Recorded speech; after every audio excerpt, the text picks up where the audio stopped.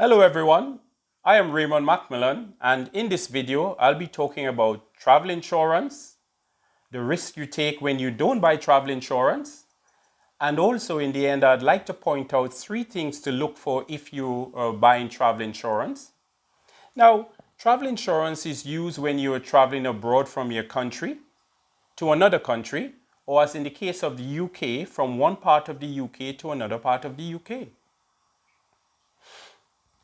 You can buy a one-off trip, a policy for a one-off trip. You can buy an annual policy, or as a company, you can buy a group policy for key executives who travel. Some people would plan their vacation long in advance. Some businesses buy their tickets for their key personnel in advance. What the mistake some companies make, and some individuals, you don't buy the travel policy as soon as you buy the ticket. A ticket could set you back thousands of pounds. It's important to buy the ticket in order to get the benefit of the cancellation condition. Let's say a family member falls ill, including a pet, or you yourself are unable to travel.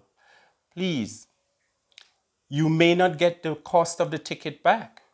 By buying the travel policy immediately when you buy the ticket, you benefit from that cancellation condition in the policy.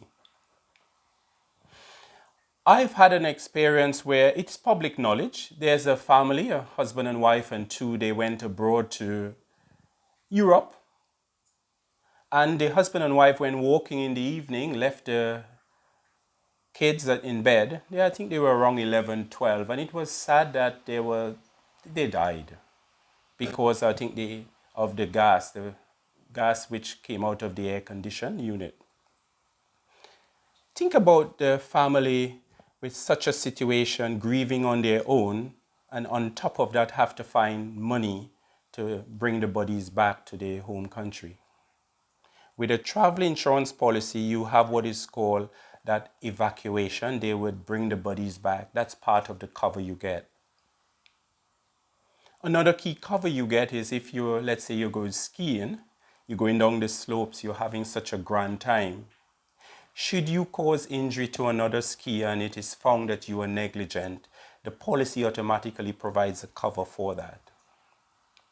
There are other benefits. For instance, if your flight is delayed, your baggage, you lose your key documents like passports, all that coverage can be incorporated into one policy for you. What I want to point out, the second thing I want to point out is some policies only restrict you sometimes for 30 days, 45 days. If you decide to travel and you stay beyond that time, should you get a claim outside of the period allotted, I'm telling you, you wouldn't have any compensation. And this happened to a client of mine, which I alluded to in an earlier video. They traveled abroad and their time period was 45 days. But they were having such a grand time, decided to fly to another country and enjoy some more holiday. They're on holiday. But guess what?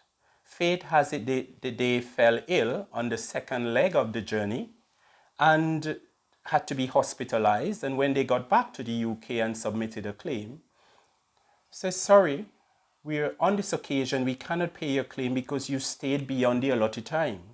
So it's important to look for the period given where you are allotted to stay away from the country. If you want to continue to extend your stay, it's quite okay. It's important to let the insurer know and give the approval.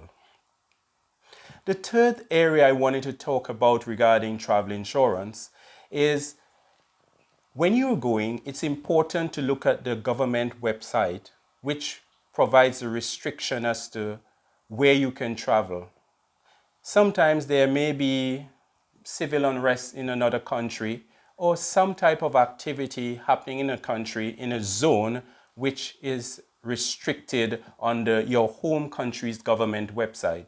It's important that you're aware of that because you would be breaching the policy condition if you travel without permission. There are other restrictions when traveling. For instance, if you're pregnant beyond a certain stage along the journey, I think it's around 8 months, your policy wouldn't cover if you travel. Those are some of the things I wanted to share with you with travel insurance. I hope that was helpful for you. It is a good cover to have and I recommend it to you. Also, my next video, I'll be talking about spontaneous combustion. I was at the airport and I was looking at the television there, only to find out how the present fire in Australia was affected by spontaneous combustion. So I'd like to tell you some more about that in my next video. I hope this video was helpful to you. Now I'm asking you, could you click on the subscribe button below and also the notification bell for to get access to my next video. And also, if you have friends and colleagues, please share this video with them if you think it would be helpful. Thank you. Have a great day.